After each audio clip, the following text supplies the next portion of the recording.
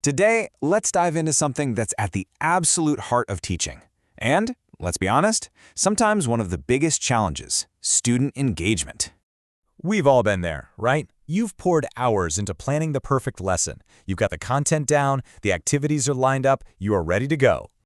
But then you look up, you scan the room, and you're hit with that all-important question. Are they really, truly with you? Or are their minds a million miles away? So when we're talking about engagement, this is the gold standard we're shooting for. It's so much more than just students being quiet. It's when they are genuinely lit up by what they're learning, attentive, energized, and actually inspired. And make no mistake, this isn't just some nice, fluffy, feel-good thing. It's absolutely crucial. You can think of engagement as the bridge that actually connects your teaching to a student's brain, helping them build that deep, lasting understanding. So, the big question is, how do we get better at creating it? Well, it all starts with a little bit of honest self-assessment. So let's walk through a simple framework that can help us figure out where we are on our journey and, importantly, with zero judgment. Think of it like this, a 5-level journey. It starts at not using, maybe where a teacher just isn't aware of these strategies yet, and it goes all the way up to innovating, which is where true mastery happens. So just take a quick moment and be honest with yourself. Thinking about your classroom right now, where do you feel like you land on this scale? Remember, the goal isn't perfection, it's just about knowing your starting point so you can figure out your next step. All right, now for the really good stuff. No matter where you place yourself on that scale, we're about to open up a toolkit with 4 core strategies. These are real, practical things you can do to start leveling up. We're going to talk about how to really read a room, how to get feedback straight from your students, what to do when you see someone drifting away, and how to jolt the energy of the entire class. Okay, first things first. The foundation for everything else is simply paying attention. You have to be a great observer. A really effective teacher is constantly scanning the classroom, looking for clues about engagement levels. And you can almost feel the difference, can't you? On one side, you've got this buzz, students are alert, lots of different hands are in the air, the discussion is actually going somewhere. On the other side, well, you see boredom, distractions, and you're hearing from the same 2 kids over and over. Just being able to spot which side of the line you're on is a huge first step. Next up, here's a secret. You don't have to be a mind reader. Seriously, one of the best ways to know if students are engaged is to just ask them. It's all about getting that quick, direct feedback. Of course, this only works if you've built a classroom where they feel safe being honest with you.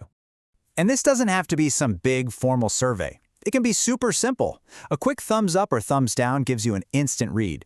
A 1 to 5 finger vote is great for seeing interest levels. You could even have kids use a paper speedometer on their desks, or, if you want total honesty, anonymous index cards are a fantastic tool. Okay, so you've scanned the room and you spot it. That one student who has totally checked out. They're staring out the window, doodling, you name it. What do you do?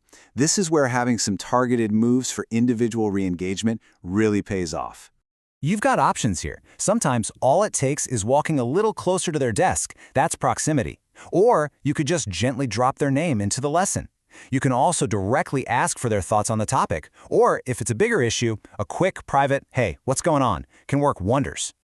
But what happens when it's not just 1 or 2 students? You know those moments when you can feel the energy of the entire room just start to drain away?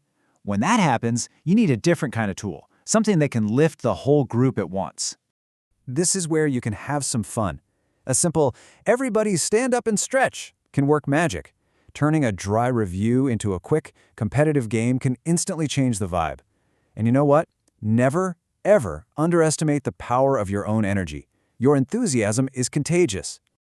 So, we've filled up our toolkit. Now let's look at how all these pieces come together to get us to that top level on our scale, innovating. So what does a level 4 teacher actually do that's different? Here's the absolute key difference. Mastery isn't just about reacting when you see a problem.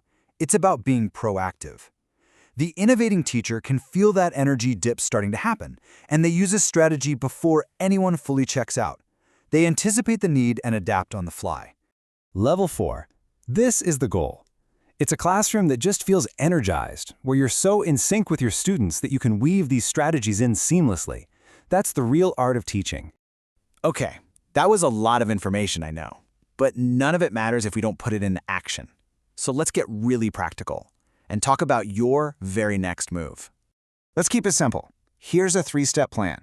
First, just go into your classroom tomorrow and observe. Really watch for these signs of engagement.